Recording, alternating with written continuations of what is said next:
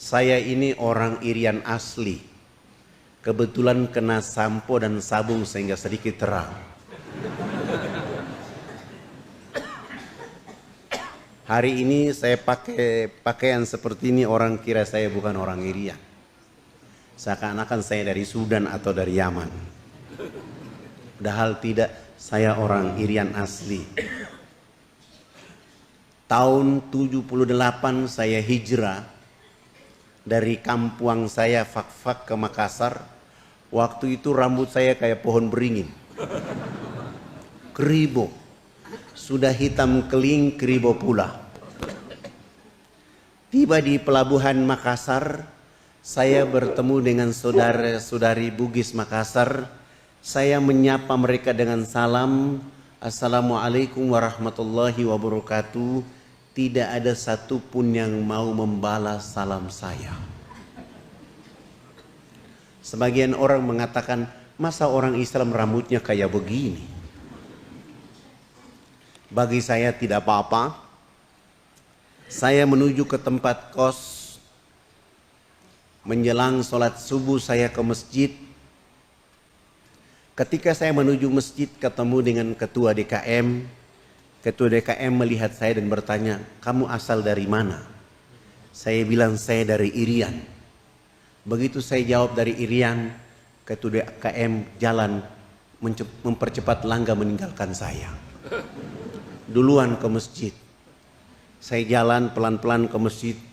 Ternyata begitu saya sampai ke masjid, ketua DKM sudah menyiapkan dua pemuda yang badannya kekar, besar, menyuruh mereka mengawasi saya saat berwudu sampai sholat sunat. Begitu sholat berjamaah, kedua pemuda itu berdiri di kanan dan kiri saya. Itu terjadi tidak saja sholat subuh, sholat duhur pun saya diawasi, sholat asar, sholat maghrib, sholat isya pun saya diawasi. Selesai sholat isya saya kembali ke tempat kos saya sedang makan malam. Ketua DKM menyuruh ketua RT datang ketemu saya. Assalamualaikum, waalaikumsalam. Mohon maaf, saya ketua RT di sini. Oh, mohon maaf Pak RT, saya belum lapor diri. Saya datang ke sini untuk meminta, ini saya ada bawa Al-Quran, untuk menguji Anda apakah Anda Muslim atau tidak. Saya bilang Pak RT, mohon maaf saya selesaikan makan malam saya dulu. Saya makan cepat-cepat, sesudah itu saya cuci tangan dan saya datang menghadap ketua RT. Pak RT mengatakan, supaya membuktikan Anda ini benar-benar Muslim, tolong baca Quran ini. Saya bilang sama Pak RT, Pak RT mohon maaf sebelum saya baca, saya minta Pak RT baca terlebih dahulu. Alhamdulillah, ketua RT saya ternyata belum bisa baca Quran. Dan saya bilang, sampaikan salam hormat, besok subuh saya akan memimpin sholat subuh di masjid kita. Alhamdulillah, begitu saya memimpin sholat subuh akhirnya, seluruh keluarga, sahabat, teman di situ menjadi keluarga dan orang tua saya di sana. Saya pergi ke kampus mengikuti mata kuliah agama Islam. Begitu saya masuk ke ruangan itu, ternyata di ruangan itu semua orang gagah, ganteng, cantik. Sayalah yang mengotori ruangan itu. Pagi-pagi kami datang, ketemu dengan kepala suku. Kepala suku langsung bicara. Anak, mandi yang benar itu yang anak ajarkan. Bapak kemarin dimandikan oleh Sang Pencipta sehingga Bapak tidur menjadi enak. Selama ini Bapak belum pernah tidur enak seperti tadi malam. Oh, bagaimana kalau pagi ini Bapak ikut mandi? Dengan senang hati beliau ikut kami ke sungai, mandi, resmi bilas, naik beliau tidur dari jam 10 pagi sampai jam 3 sore hari itu. Begitu dia bangun tidur langsung kampanye kepada wilayah adat beliau. Besok pagi yang berkumpul di lapangan dekat sungai sebanyak 3.712 orang. Tua, muda, besar, kecil, laki-laki, perempuan untuk datang belajar mengikuti mandi pakai sabun mandi yang kami bawa. Kami bawa sabun mandi 7 karton tidak cukup. Terpaksa 1 sabun dibagi 4 dan memulai pelajaran mandi. Dari jam 8 pagi sampai jam 12 siang belum tuntas. Saya skorsing pelajaran mandi karena kami mau sholat duhur. Dan 1 minggu sebelumnya kami sudah buat panggung di tengah lapangan menjadi musola dan masjid kami. Karena tidak bisa sholat di atas tanah, babi sangat banyak. Kami wudhu selesai, saya bilang sama kepala suku yang sudah mandi jangan pulang, yang belum mandi juga jangan pulang.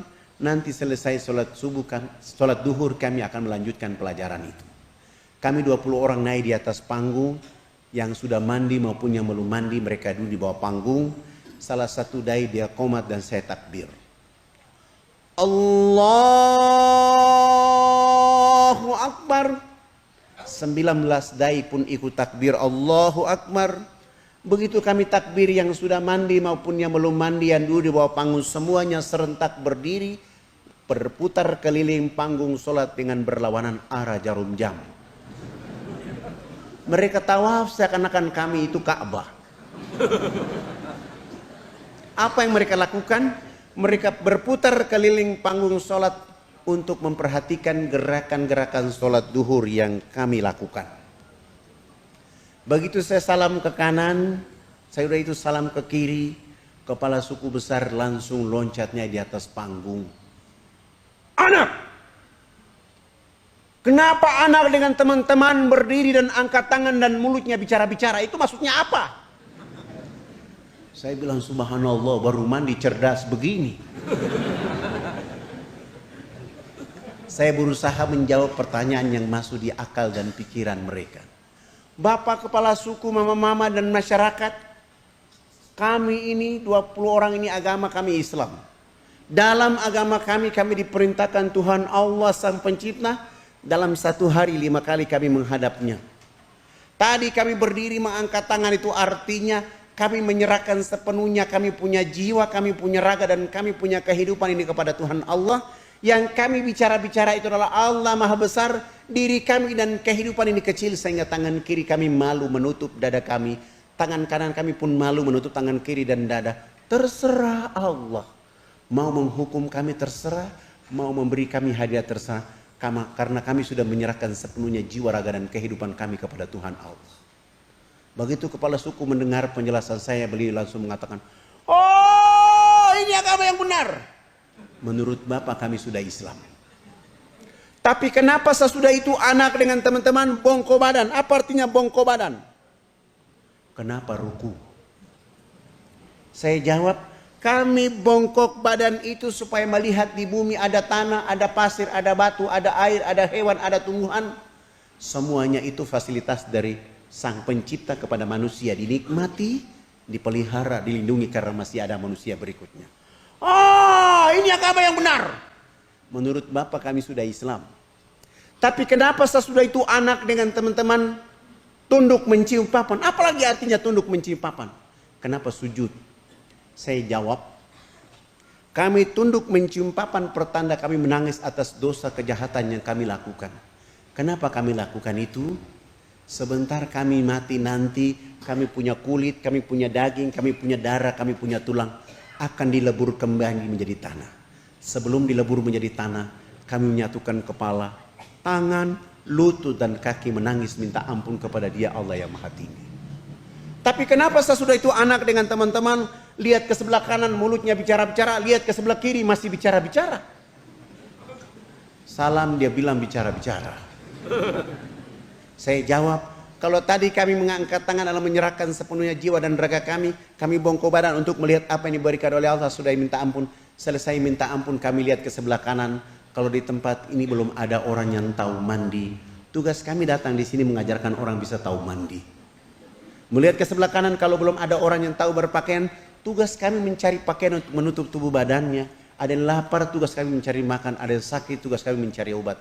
Sesudah itu melihat ke sebelah kiri, kalau di tempat ini belum ada orang yang mengenal Allah dan Rasulnya, tugas kami datang ke sini untuk memperkenalkan Allah Rasulnya kepada mereka. Begitu mendengar penjelasan saya, kepala suku langsung mempersilahkan kami 20 orang Tidak boleh lagi dulu di atas panggung, kami turun duduk bergabung dengan masyarakat di bawah. Mereka 6 kepala suku naik di atas panggung menggantikan kami. Bukan sholat tapi rapat membahas kehadiran di sana. Setelah rapat selesai, kepala suku besarnya berdiri dan menyampaikan pengumuman buat kami yang ada di lapangan itu. Hari ini kita senang. Hari ini kita bahagia. Karena anak-anak ini sudah datang mengajarkan agama yang benar di kampung kita. Dalam rapat kami sepakat bahwa kita semua yang ada di lapangan harus mengikuti agama anak-anak ini. Begitu mendengar kalimat itu kami 20 orang langsung sujud dan menangis kepada Allah. Terima kasih ya Allah ya Rabb. Kami malu kepada mereka ya Allah. Kami tidak bawa apa-apa, kami hanya bawa kalimat-Mu Engkau, kalimat la ilaha illallah Muhammad Rasulullah untuk mereka. Kami malu, kami hanya bawa sabun, sampo, odol, sikat gigi untuk mereka. Lalu saya menguatkan diri untuk membimbing mereka mengucapkan 2 kalimat syahadat. Tapi kami pun tidak kuat. Karena mereka dalam keadaan telanjang. Dalam keadaan bau badan. Tapi hati mereka begitu tulus untuk menyebut asyhadu an la ilaha illallah wa asyhadu anna Muhammad Rasulullah. Ya Allah, kuatkan dakwah ini. Ya Allah, jaga negeri ini. Ya Allah, kuatkan hati mereka dengan agama ini. Agar mereka akan tumbuh menjadi hamba-Mu yang menjaga negeri ini dengan agama-Mu. 3.712 orang pun tanpa beban. Kecuali mengucapkan 2 kalimat syahadat. Setelah mereka mengucapkan 2 kalimat syahadat, 1 minggu kemudian program berikut yang kami lakukan adalah mengganti nama-nama mereka. Yang nama Markus kami ganti dengan nama Abu Hanifah. Yang nama Yohanes kami ganti dengan nama Jamaluddin. Yang nama Paulus kami ganti nama dengan nama Tajuddin. Yang nama Abraham kami ganti dengan nama Ibrahim. Dan itu nama-nama yang paling cocok dan keren untuk orang Irian masuk Islam. Sangat lucu kalau orang Irian masuk Islam, rambutnya keriting, badannya hitam kelin dipanggil Sutrisno. Masa Sutrisno Keribo? Atau dia masuk Islam, rambutnya keriting, badannya hitam kelin dipanggil Kang Cecep. Tidak cocok, tapi Abidin, Musa, Muhammad, Abdul Hakim itu cocok untuk mereka. Setelah itu proyek berikut yang kami lakukan untuk mereka adalah melaksanakan hitanan massal mulai dari umur 7 bulan sampai umur 63 tahun. Alhamdulillah kami dibantu oleh teman-teman dari Angkatan Laut dari Jayapura di bawah pimpinan Ayahanda Dr. Kolonel Mulia Tarmizi. Kami hitan mereka selesai.